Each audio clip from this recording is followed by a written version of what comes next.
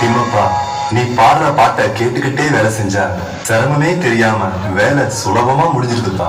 மனசுக்கு ரொம்ப நிம்மதியா இருக்குப்பா. சரியா சொன்னப்பா. திம்மப்பாவோட அப்பா வீரேகவுடா சுத்தியுள்ள 28 ஊரையும் கட்டி ஆண்டவர். நம்ம இடையகுலத்துல பிறந்திருந்தாலும் நாட்டை காவ காத்ததால வீரநாயக்கர்னு எல்லாரும் அவரை மரியாதையா கூப்பிட்டாங்க.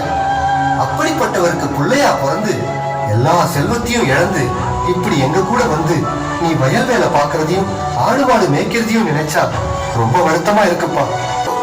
இதில் நாம் எதை இழந்தோம் வருத்தப்படுவதற்கு? இவ்வுலகில் யாருக்கும் எதுவும் சொந்தமில்லை.